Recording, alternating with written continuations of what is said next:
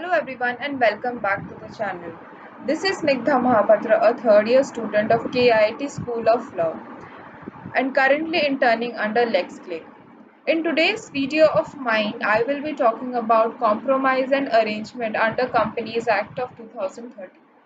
Now, what is a compromise? Compromise means an amicable settlement of differences by mutual concessions by the parties to dispute or defense by agreeing not to try it out. In the case of Smith versus Valley Gold Limited, the court held compromise as an agreement terminating a dispute between parties as to the rights of one or more of them, or modifying the undoubted rights of a party which he has difficulty in enforcing. Now, what is an arrangement? Arrangement includes a reorganization of the share capital of the company by the consolidation of shares of different classes, or by division of shares into shares of different classes, or by both these methods. It also includes reorganization of the share capital of the company by exchange of the company's assets for shares of a newly formed company.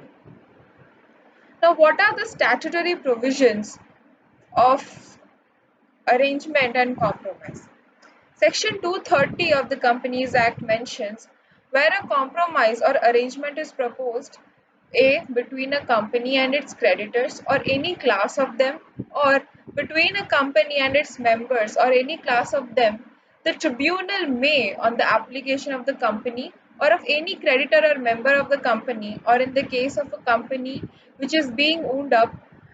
the liquidator appointed under this Act or under the Insolvency and Bankruptcy Code 2016, as the case may be, order a meeting of the creditors or class of creditors or of the members or class of members, as the case may be, to be called, held, and conducted in such manner as the tribunal directs. The explanation to this section says, for the purposes of this subsection, arrangement includes a reorganization of the company's share capital by the consolidation of shares of different classes, or by division of shares into shares of different classes, or by both these methods. The company of any other or any other person by whom an application is made under subsection 1 shall disclose to the tribunal by an affidavit all material facts relating to the company, such as the latest financial position of the company or the latest auditor's report on the accounts of the company, and the pendency of any investigation or proceedings against the company. Now, they also have to disclose reduction of share capital of the company, if any, included in the compromise or arrangement, or any scheme of corporate debt restructuring consented to by not less than 75% of the secured creditors in value, including a creditor's responsibility statement in the prescribed form, safeguards for the protection of other secured and unsecured creditors, report by the auditor, where the company proposes to adopt the corporate debt restructuring guidelines specified by the RBI, a statement to that effect, and a valuation report in respect of the shares in the property.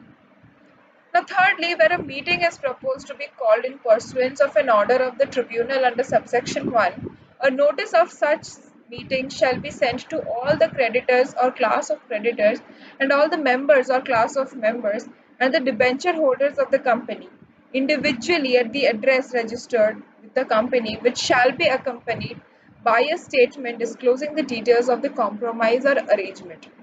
provided that such notice or the meeting is also issued by way of an advertisement. It shall indicate the time within which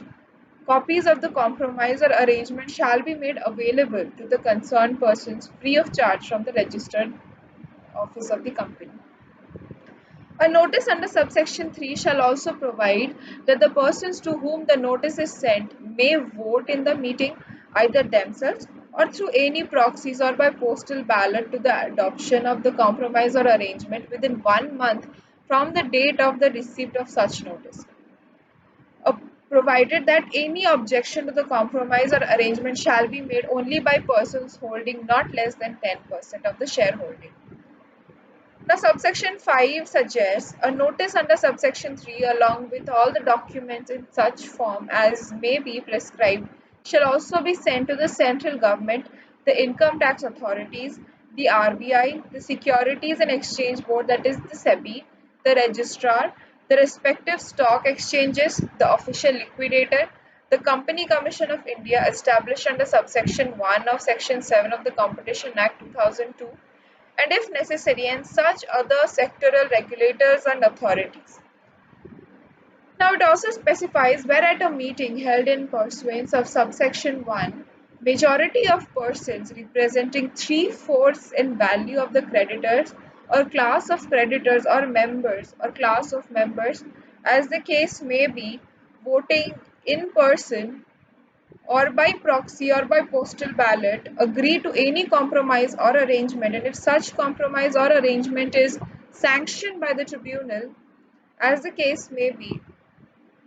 and contributories of the company shall be binding on the company.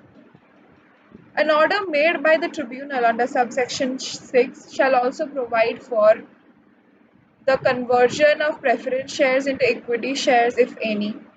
the protection of any class of creditors, the compromise or arrangement results in the variation of the shareholders, the compromise or arrangement is agreed by the creditors under subsection 6, and such matters include exit offer to dissenting shareholders, if any, as are in the opinion of the tribunal necessary, provided that no compromise or arrangement shall be sanctioned by the tribunal unless a certificate by the company's auditor is given. The order of the tribunal shall be filed with the registrar of the company within a period of 30 days of the receipt of the order. The tribunal may dispense with calling of a meeting of creditor or class of creditors where such creditors or class of creditors having at least 90% value agree and confirm by way of affidavit to the scheme of compromise or arrangement, and no compromise or arrangement in respect of any buyback of securities under this section shall be sanctioned by the tribunal. Any compromise or arrangement may include takeover of offer made in such manner should be prescribed beforehand. And an aggrieved party may make an application to the tribunal in the event of any grievances with respect to the takeover offer of the companies other than listed in the companies in such manner as may be prescribed by the tribunal. It has also been explained that for the removal of doubts, it was hereby declared that the provisions of section 66 shall not apply to the reduction of share capital effected in pursuance of the order of the tribunal under this section. Thank you so much for watching the video. Please subscribe to the channel and comment for regular updates.